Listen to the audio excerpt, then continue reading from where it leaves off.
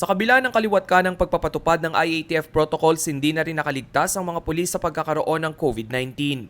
Sa buong Pilipinas, 62 na ang namamatay dahil sa novel coronavirus. 5 sa bilang ay mula sa gitnang Luzon.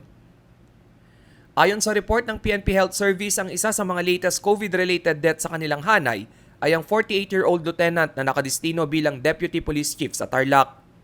May 5 nang magpositibo umano sa COVID-19 ang pulis at agad naman itong dinala sa isang quarantine facility. May 10 nahirapan huminga ang opisyal at dinala sa pinakamalapit na pagamutan. Dahil sa paghina ng resistensya, nagkaroon din ito ng pneumonia at binawian ng buhay noong May 16.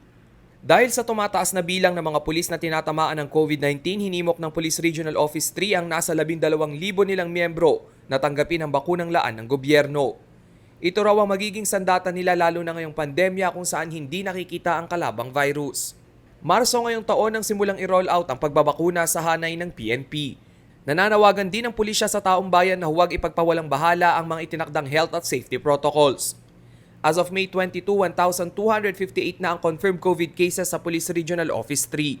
115 ang active cases, 5 ang namatay at 1,138 ang recovered. Samantala sa buong bansa, 22,754 na pulis na ang tinamaan ng COVID-19 at 1,483 sa bilang ay aktibong kaso.